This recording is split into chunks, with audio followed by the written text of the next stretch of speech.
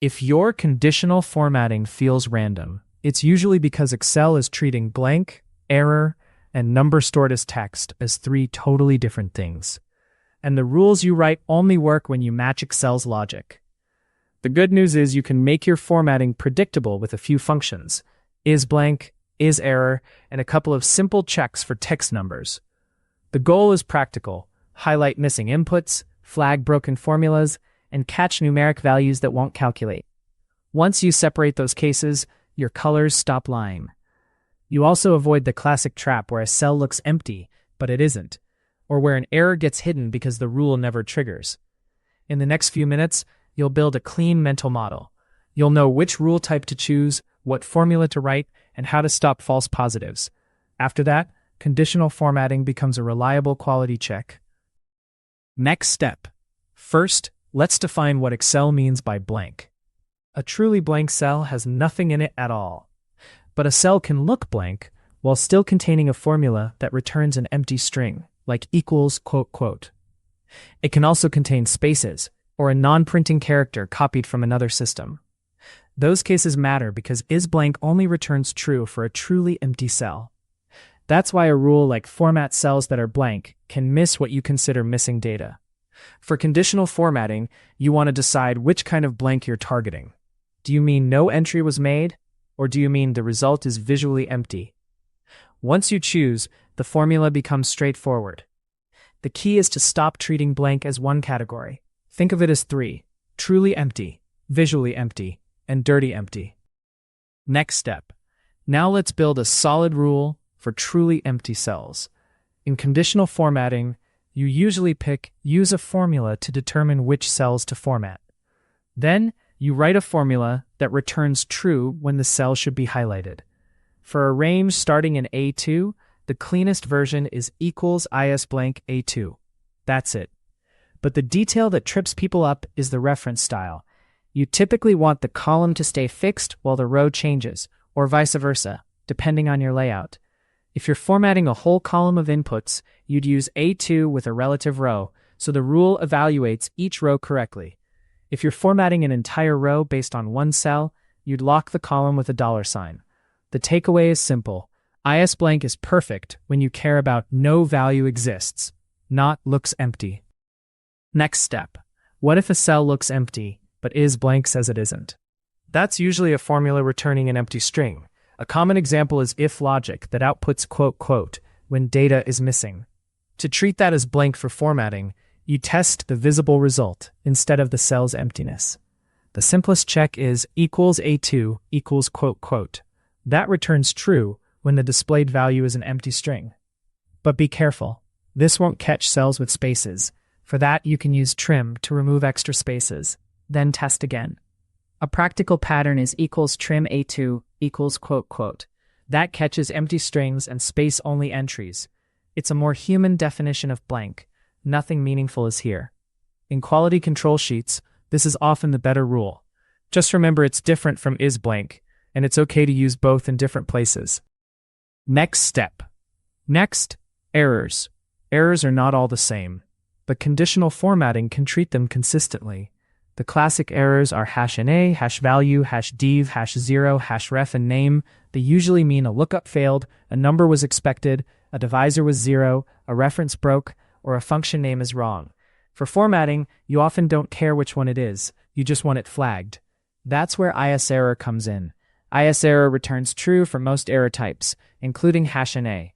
If you want to exclude #NA because it's expected missing, you use ISERROR instead, which ignores #NA. That one distinction saves a lot of noise in dashboards. The main idea is to decide whether #NA is a problem or a normal state. Then pick ISERROR or ISERROR accordingly, and your rule becomes stable. Next step. Let's write the error highlighting rule. If your key formula is in D2, the conditional formatting formula is simply equals ISERROR of D2. Choose a strong fill color, because errors are usually urgent. If you want to treat nec.na differently, create two rules. Rule 1 equals ISNA of D2 with a softer color, because it often means not found rather than broken. Rule 2 equals ISERROR of D2 with a stronger color for true calculation issues. This two-tier approach is more informative. then one red block for everything. Also, pay attention to rule order. If both rules could apply, you want the more specific one first. In many setups, ISNA is more specific, so it should be evaluated before ISERROR. That way, nec.na gets the intended styling and doesn't get swallowed by the broader error rule. Next step. Now for one of the most common spreadsheet problems, numbers stored as text. These look like numbers, but they don't behave like numbers. They won't sum correctly in some cases, they can break comparisons, and they often cause subtle lookup mismatches. Excel can create them when you import CSV files, copy from web pages, or when someone types an apostrophe before a number. For conditional formatting, you want a test that says, this cell is numeric looking, but not numeric. A practical approach is to combine isText with isNumber. If a cell is text and converting it to a number works, that's a strong signal. The value function attempts that conversion. So your rule can be equals and isText A2, isNumber value A2. That highlights text numbers without flagging normal text like names. Next step. Let's refine that text number rule so it behaves well in real data. First, value will throw an error on non-numeric text, so you need to guard against that. The clean pattern is to use if error around value. A robust formula is equals and isText A2, isNumber if error value A2, blank. That way names like Alex won't trigger because value fails and if error returns blank, which is not a number. Second, handle extra spaces by wrapping A2 in trim inside value. Now you catch 123 too. Third, decide whether you want to ignore empty strings. If A2 can be quote, you don't want to flag that as a text number. Add a check that trim A2 is not equal to quote. These small guards turn a clever rule into a dependable one. Next step. Sometimes you don't just want to format the problem cell. You want to highlight an entire row when something is missing, broken, or stored incorrectly. That's where relative and absolute references become your best tool. Imagine each row is a record, and columns A through F are fields. If column D is the amount, that must be numeric. You can format the entire row based on D. Your formula might be equals or ISBLANK D2, ISERROR D2, and then add your text number test for D2 as well. The key is that the column reference stays fixed on D, while the row stays relative.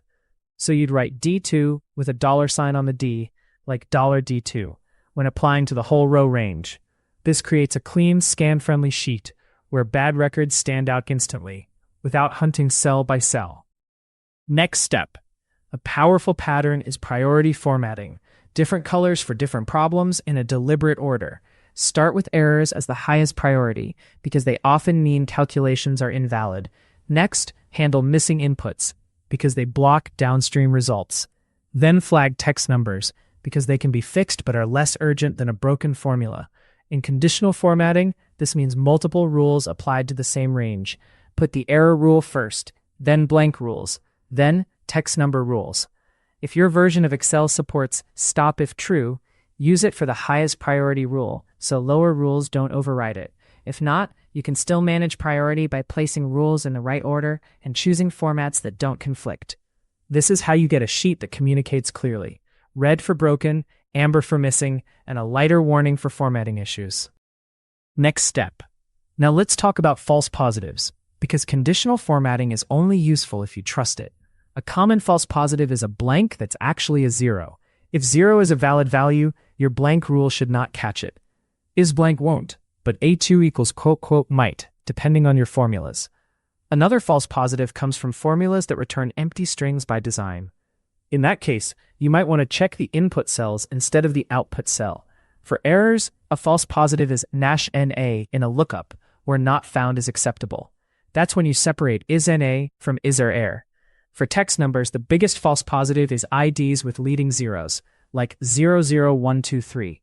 Those are often intentionally text, so you may want to exclude specific columns, or add a rule that only flags when the column is meant to be numeric, like amount or quantity. Clean rules are contextual rules. Next step. Here's a practical mini playbook you can reuse. For required input cells, use ISBLANK to catch truly missing entries. If the cell might contain formulas returning empty strings, use trim equals quote instead. For calculated result cells, use ISERROR to flag anything broken, and optionally split out ISNA for not found. For numeric entry columns, add the robust text number rule so imported data doesn't silently fail. And for record-based tables, apply these rules to the entire row using a fixed column reference. This is the difference between decorative formatting and validation formatting. Decorative formatting makes things pretty. Validation formatting makes mistakes obvious early, before they contaminate totals, charts, and reports.